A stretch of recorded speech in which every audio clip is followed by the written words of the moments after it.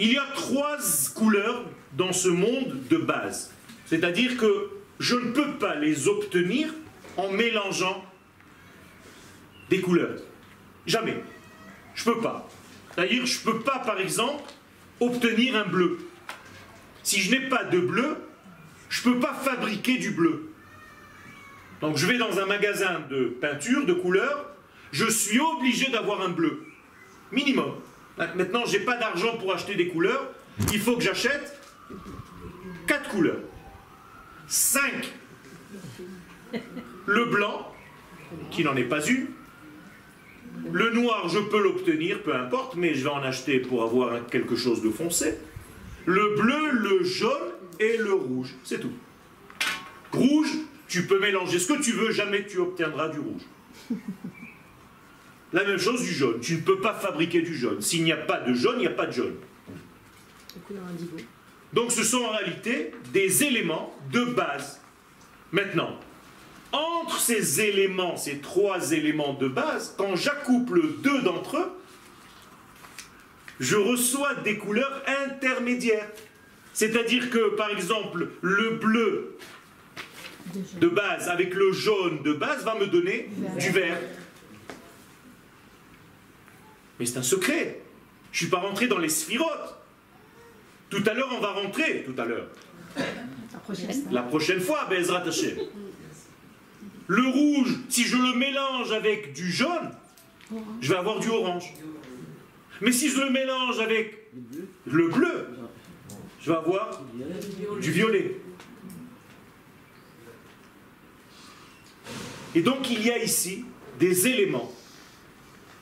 Et je vais commencer à vous dire les éléments. Le bleu appartient au côté droit des sphirotes. C'est-à-dire à la bonté, au partage. Le rouge appartient au côté gauche des sphirotes, c'est-à-dire aux limites, à la réception des choses, ce qu'on appelle le din. Le jaune qui est en réalité un vert aussi, parce que ce n'est pas exactement les mêmes noms qu'on utilise aujourd'hui que les sages dans la Gemara par exemple, quand ils veulent nous dire quand est-ce que tu peux dire le Kriyat Shema le matin, et ils te donnent là-bas des éléments qui t'embrouillent un petit peu. À partir du moment où tu peux faire la différence entre Trelet et Karti.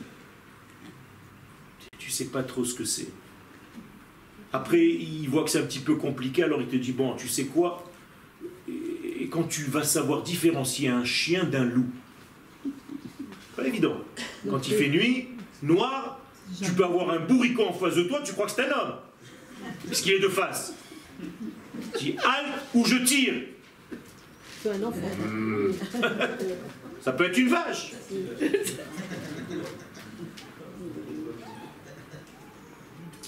Alors le jaune, c'est quoi? Alors le jaune, c'est Tiferet. C'est ce qu'on appelle le vert. C'est la phase centrale. C'est en réalité une couleur d'équilibre. Donc le jaune ici est connotation de vert. Donc il faut être très très souple avec les couleurs. Je vous ai dit que ce n'est pas exactement des choses définies comme aujourd'hui. Et déjà ça, quel vert? Et quel bleu? Et quel jaune? Alors tu as des jaunes citrons, tu as des jaunes machin, tu as des jaunes mango, tu as des jaunes machin, tu as des jaunes de Naples, tu as des jaunes de... tu finis plus.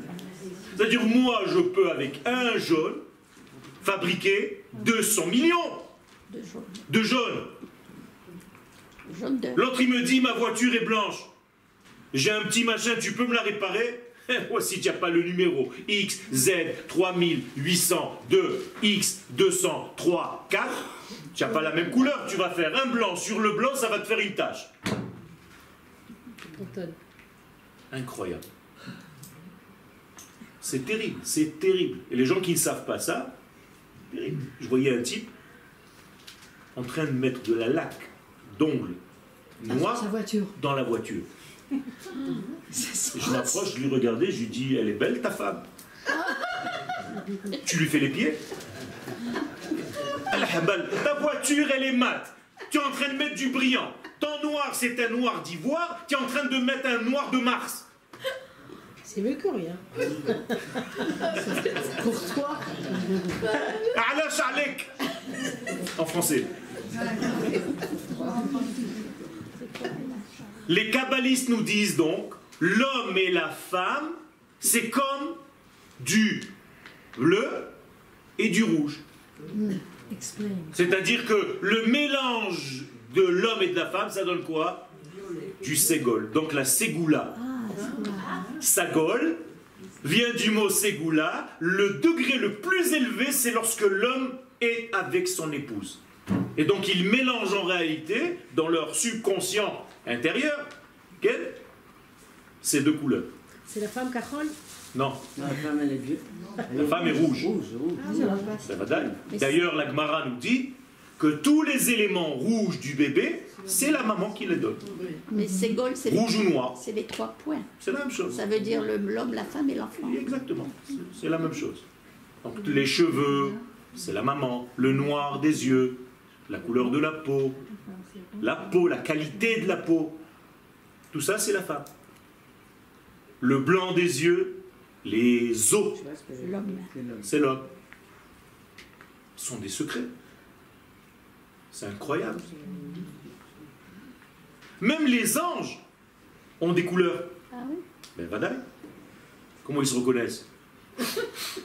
Ils paniquent. Qui est passé au feu rouge, Daniel. Daniel a vu. Daniel, vous connaissez Daniel, d'accord? Il a vu le malach Gabriel en couleur cuivre. Il le dit. Raïti est un malach Gabriel tseva nechoshet. Pas tseva, parce qu'il n'y a pas marqué tseva. Qu'est-ce que c'est nechoshet? C'est une correction du nachash. Et j'ai pas encore commencé. Ça veut dire qu'il y a dans les couleurs des corrections et des équilibres à retrouver d'un monde de tikkun. L'ange Michael est blanc. Donc si tu vois un ange blanc, tout le monde pense que tous les anges sont blancs. Donc tout le monde a vu que Michael en fait. Enfin, ils disent qu'ils ont vu quoi. Si on l'a vu, c'est pas un fantôme. Okay. Donc quel est le rôle du blanc?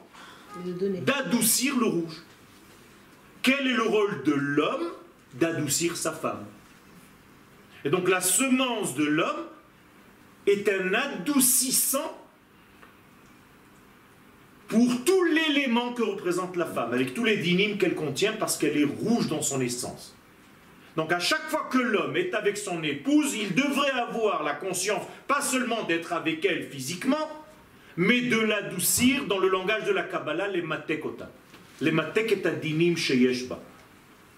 Je vous dis que les relations auraient été complètement différentes. On n'a rien compris en fait au film.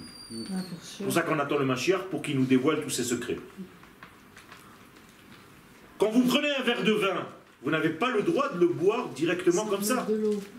Il faut d'abord laver l'intérieur du verre avec de l'eau. Vous ouvrez le robinet, vous faites ce que je fais ici, mélangez tout jusqu'au bout et après vous versez. Et à l'extérieur, et vous séchez. Maintenant, il y a à l'intérieur de l'eau. Je vais verser mon vin. Et par-dessus mon vin, je vais mettre de l'eau dans mon vin. Pour adoucir la rigueur. 3 gouttes ou 6 gouttes. Malé yadenu mi birkotecha. Initial, maim. Me'osher matenot yadecha. Initial, maim.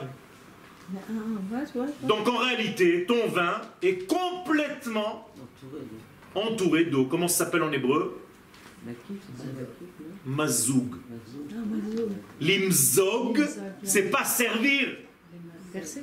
C'est pas verser, c'est tout simplement rajouter et mélanger 2 degrés.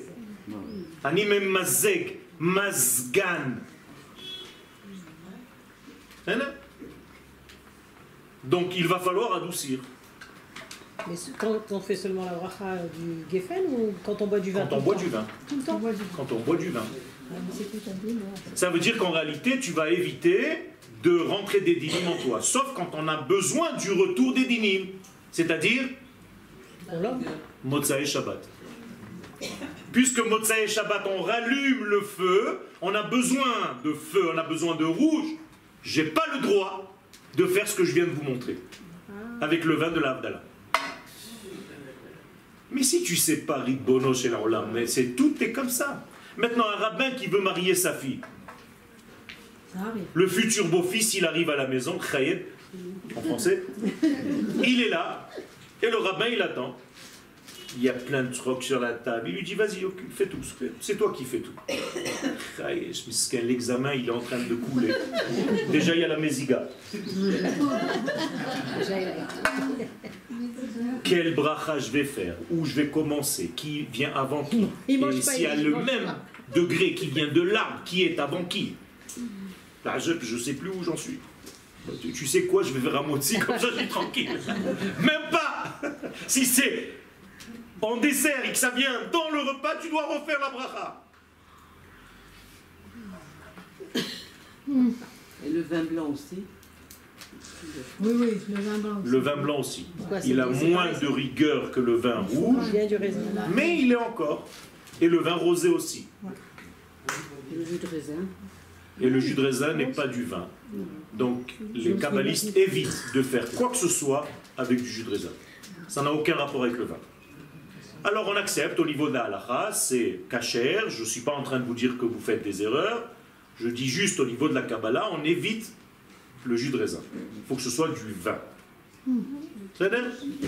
J'ai pas compris pour Motzai Shabbat, pourquoi on ne met pas de l'eau? Parce que Motzai Shabbat, le but c'est de revenir à la rigueur. C'est de revenir au monde On des est limites. prêt à l'attaque. Toute la semaine, on peut boire du vin On est sans, prêt à sans l'attaque. mouiller. Non, ça c'est pour au niveau de la Havdalah, parce que la Havdalah c'est un kidouche. Est-ce que C'est vous tout. tenez compte de tout cela quand vous créez? Ok. Absolument. Oui. En fait, je ne crée pas. Il y a un seul créateur, moi je façonne. Ouman. Ok. J'essaye de prendre quelque chose et d'être yotzer. Je préfère la définition hébraïque et pas la définition française. Parce qu'en France, on crée. Il y a plein de créateurs. Il y a des créateurs de mode, des créateurs. Tout le monde crée. Moi, je ne sais pas comment ils font. Créer, ça veut dire de rien avoir quelque chose. Ex nihilo. Alors qu'en hébreu, jamais on te dit ataboré. Non, on te dit atayotzer. Beaucoup plus précis. C'est-à-dire que tu es déjà dans le monde de Yetzira.